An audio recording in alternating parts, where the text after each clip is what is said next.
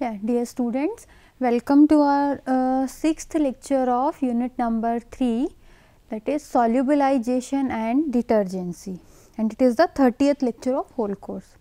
Okay. So, first of all, what is solubilization? See, solubilization can be defined as the preparation of a thermodynamically stable isotropic solvent of a substance normally insoluble or very slightly soluble in a given solvent by the addition of component or components by any suitable methods. Okay. So, what is the process solubilization? Solubilization is a technique or it is a method that involves the preparation of a thermodynamically stable isotropic solutions. Now, what do you mean by isotropic solution? A solution which is formed and where the physical properties are uniform throughout the process. So, it is a isotropic solution. So, what is solubilization?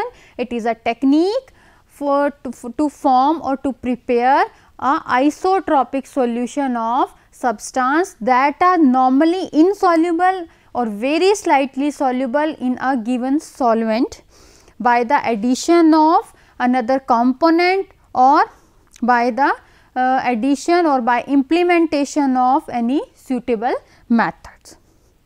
Okay. Next is the process of solubilization.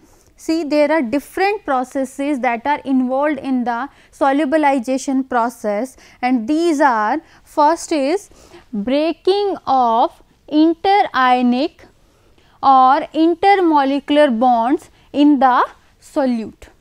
Second one is separation of solute molecules to provide space for the solute.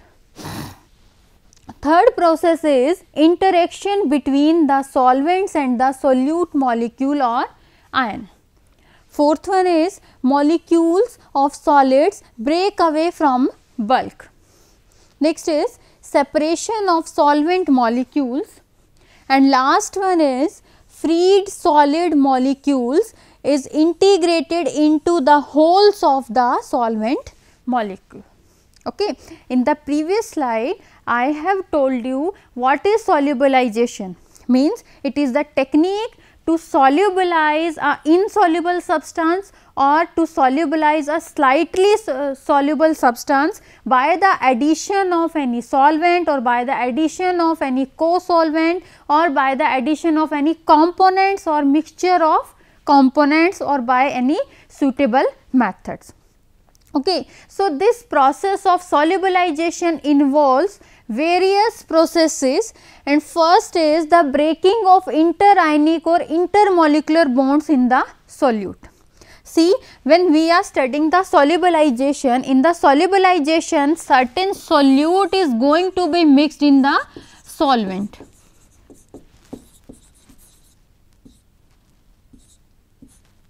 Certain solid or solute is going to be mixed in the solvent, and for this there should be breaking of interionic or intermolecular bonds in the solute. Only then solubilization can occur.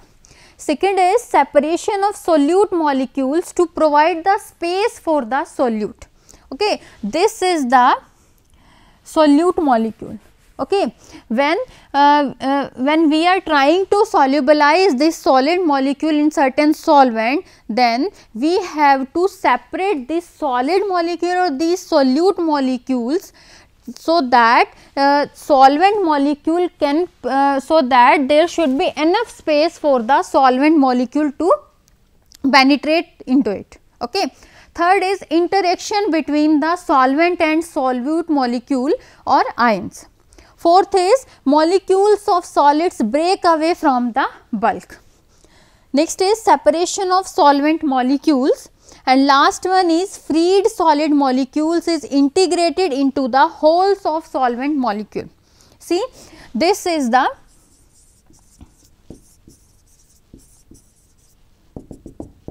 solvent molecule. Okay. In this case, this solid molecule freed particle of solid molecule will move into the holes that is created into the solvent molecules. Okay. So, these are the various processes of solubilization. Okay. Next is solubilization technique. How we are achieving this solubilization process. So, co-solvency is a technique that that is involved in solubilization. What is co-solvency? See, in the co-solvency, we are solubilizing a substance, or we are enhancing the solubility of a substance by the addition of certain other component, and that other component or that other solvent is known as the co-solvent, and the process or phenomena is known as the co-solvency. Okay. So, what is co-solvency? In case of co-solvency process, there are certain substances like weak electrolytes and non-polar molecules that are poorly soluble in water, and the solubility of these weak electrolytes or these non-polar molecules can only be increased by the addition of certain water miscible solvents in which the drug has good solubility. Okay. So, this process of improving or this process of enhancing the solubility is called as the co-solvency, and the solvents that are used known as the co-solvents. Okay. What are the co-solvents? And when the co-solvents are needed in case of weak electrolytes. Okay. Substances such as weak electrolytes and non-polar molecules. Why there is need of co-solvency? Because these are poorly soluble in water. Okay. And the solubility can only be enhanced by using certain water miscible solvents in which the drug has good solubility. Okay. And the process of improving or increasing or enhancing the solubility of these weak electrolytes and non-polar molecules is called as co-solvency. Okay. And the solvents that are used to enhance the solubility of weak electrolytes are known as the co-solvents. Okay. See, the co-solvency technique is mainly used in the formulation of parenterals. Okay, because in case of parenterals, we need complete solubilization. There should not be any single particle left which is not solubilized in the vehicle or in the solvent. Okay. So, this co-solvency is mainly used in the formulation of parenterals. Okay. There are certain co-solvents that are commonly used. These are ethanol, sorbitol, glycerine, polyethylene glycol PEG, propylene glycol, etc. Okay. And the solubilizing effect by co-solvency is depending on the polarity of the drug with respect to the solvent and co-solvent. Okay. Solvent is the main vehicle and co-solvent is the solvent that is added to increase the solubility of the substances that are poorly soluble or that are insoluble. Okay. So, the solubilizing effect by the co-solvency is dependent on the polarity of the drug with respect to the solvent as well as to the co-solvent. Okay. That means, more non-polar the solute, the greater is the solubilization achieved by the added solvents or co-solvents. Okay. Next concept is detergency. What is detergency? See, what are the detergents? Detergents are the type of surfactants. So, these detergents are the surfactants that are used for removal of dirt from substrates such as glass, fabric, skin, etc. Okay, and the effective detergents are required for the cleaning of production equipment, containers for packing, and also in order to maintain the hygiene in the industry. Okay. So, I have told you that detergents are surfactant, and what are surfactants? Surfactants are the surface active agents, and these are also known as the amphiphils. These are also known as the amphiphils. Okay. What do you mean by amphiphils? Amphiphil means these contain hydrophilic head and hydrophobic tail. Okay. This consists of hydrophilic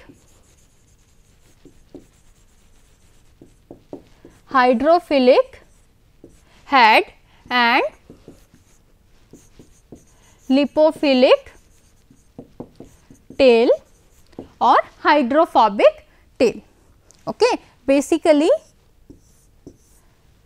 this is the structure of a surfactant which contain hydrophilic head. This is the hydrophilic head and this is the lipophilic tail or hydrophobic tail.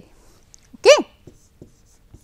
So, a surfactant molecule consists of both hydrophilic head as well as lipophilic tail. So, it is known as the amphiphils. Here is the mechanism by which surfactants acts or by which detergency process occurs. In this, in the diagram, I am showing you how surfactant removes the dirt from the surface and makes the surface clean. Okay. In this, the molecule inserts their hydrophobic tail inside the dirt, inside the fat, sorry. Okay. There is fatty substance present. Okay. The hydrophobic tail will be inserted into the fat and the polar and hydrophilic head carry the dirt in the water. Okay. And the agitation of the fluid make the process easier. Okay. In the process of detergency, the soluble substances are converted into solution. Okay. Some substances are deflocculated and they are converted into suspension, and some oil soluble substances are converted into the emulsion. And after this, they all are removed in the form of foam. Okay. And a cleaned surface will be obtained. Okay. So, in the detergency process, it is a complex process that involves number of steps. Okay. A number of steps are simultaneously involved in the detergency process, and these are: first is initial wetting of the dirt from the surface, second one is solubilizing of the dirt, third one is removing the insoluble dirt as deflocculation particles, fourth one is suspending the particles in the detergent solution, fifth one is removing the oil soluble material and convert into emulsion, and in the last converting the dirt into foam so as to wash easily. Okay. So, I am showing you how the detergency process occur, how the detergency phenomena takes place. Okay. In case of detergency, there is dirt. When we are adding certain detergents or surfactant, these are having the HLB value from 13 to 16. Okay. These detergents have HLB value 13 to 16, and when these detergents are added into the solution, there will be, first step is initial wetting. Initial wetting of surface. Okay. After the initial wetting, there are three steps. in the first, the dirt is solubilized into the solution.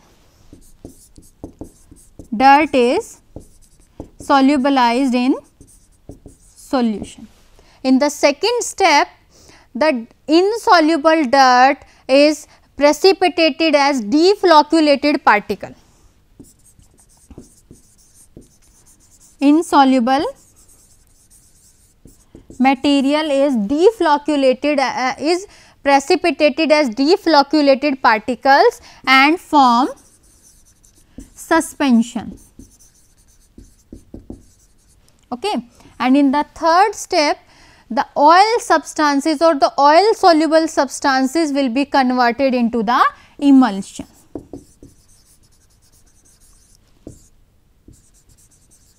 Substances converted into emulsion. Okay. And after these three processes, there will be formation of foam, and in the foam the dirt is easily washed away and a cleaned surface is obtained.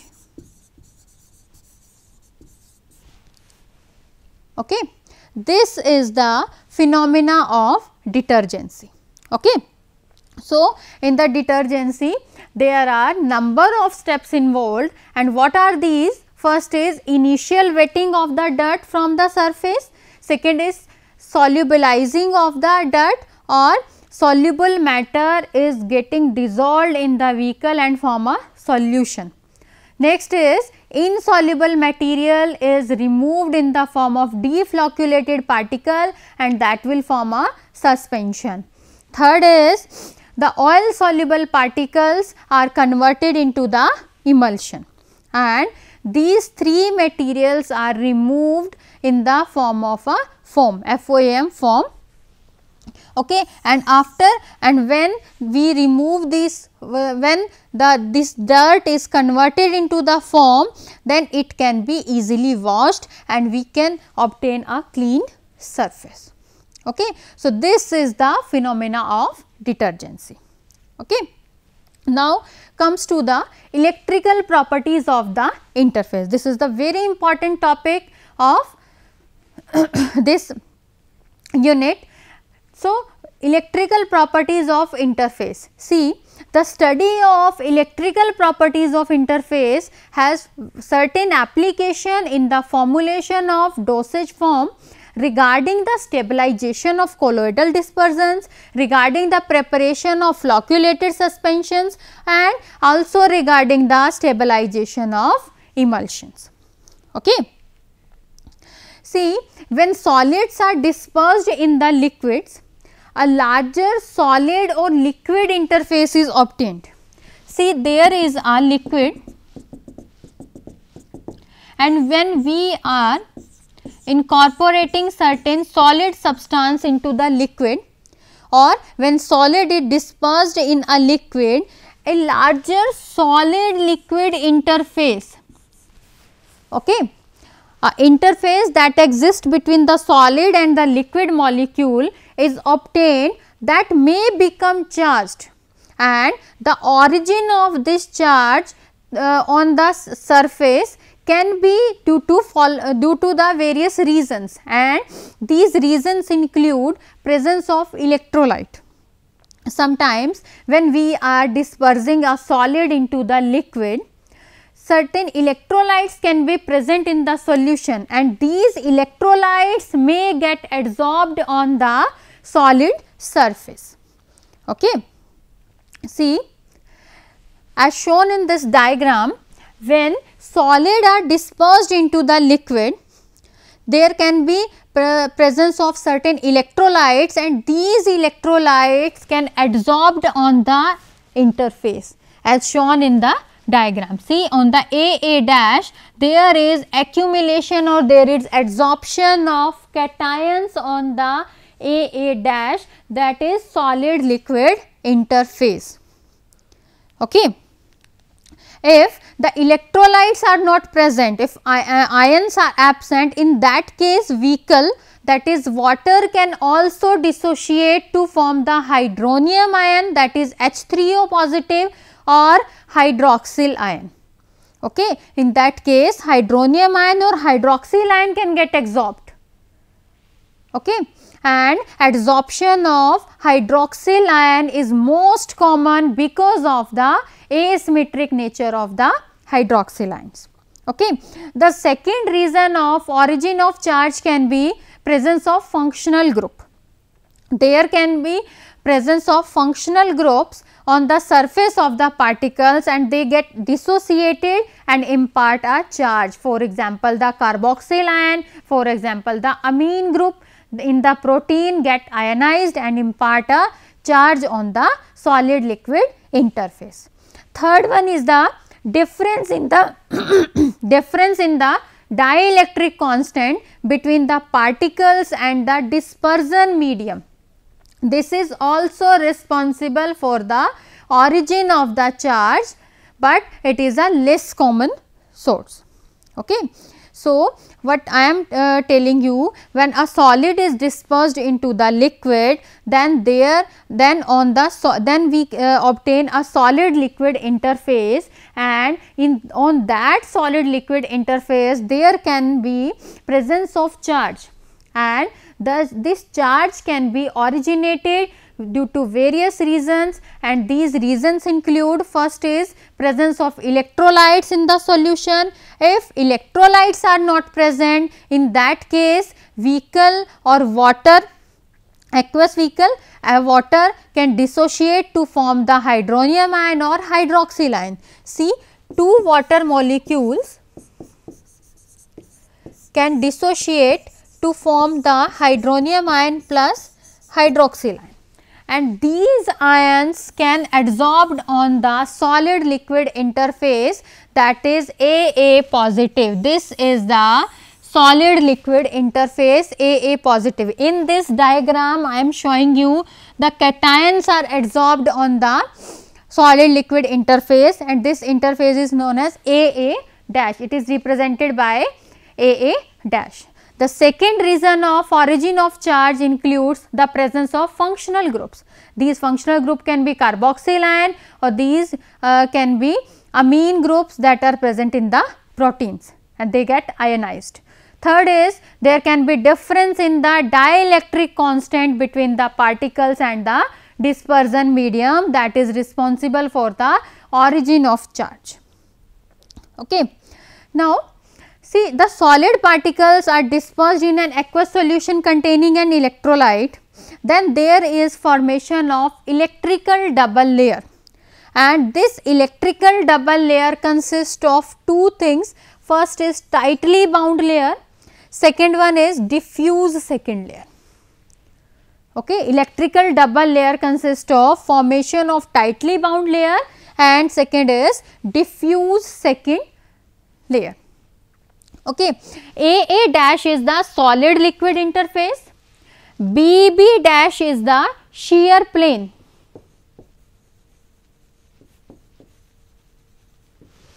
Okay. So, as I have told you that electrical double layer consists of tightly bound layer and diffuse second layer. Now, what is tightly bound layer? Tightly bound layer is present between the AA dash and BB dash. Okay.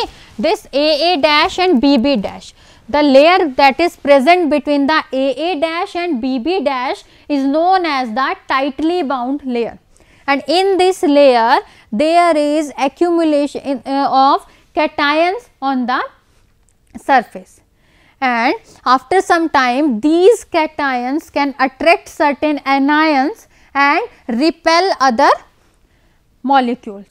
But and in some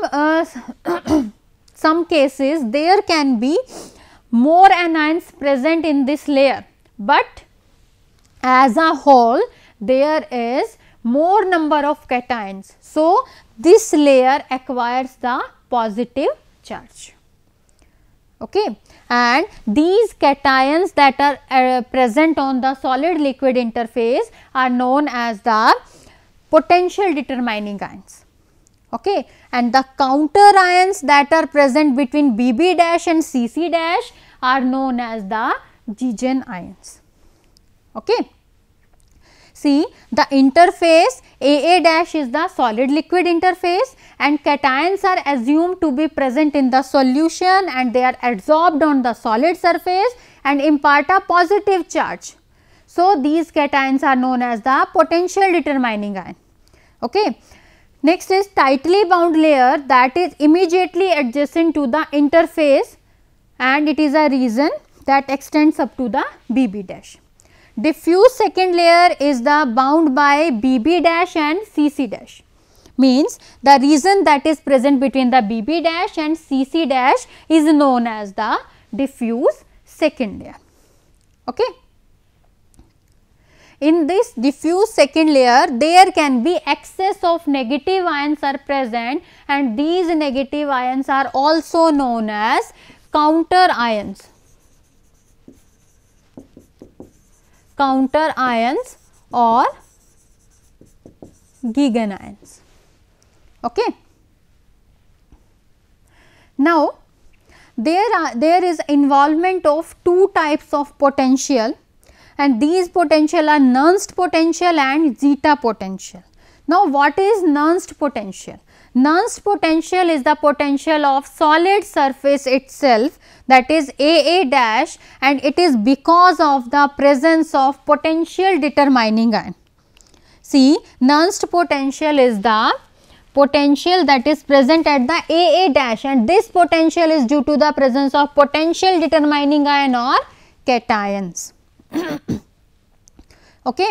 So, this Nernst potential is represented by E and also known as the electrothermodynamic potential, and it is defined as the difference in the potential between the actual surface and the electroneutral region of the solution. See, in this diagram, AA dash to BB dash, this region acquires positive charge, BB dash to CC dash, this region acquires negative charge, and in this there is electroneutral region.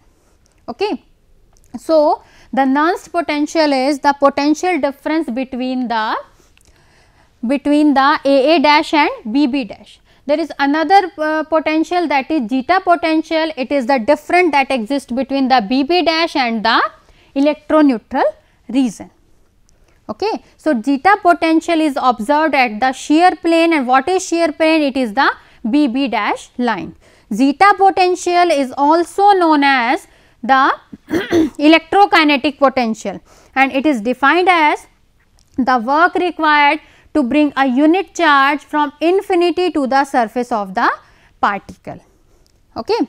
This is the diagram that shows the zeta potential, and in this we are showing that zeta potential value gradually decreases towards the CC dash or electroneutral region, and this is due to the particle decrease in the particle attraction. Okay.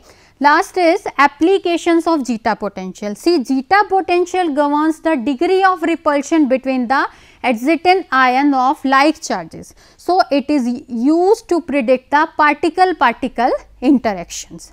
Okay. Optimum zeta potential value is required for the stability of a formulation, and if the value of zeta potential falls below a particular value, then the attractive forces may exceed the repulsive forces, and if the attractive forces are more, then aggregation of particles can occur, and this phenomena is observed in the colloids.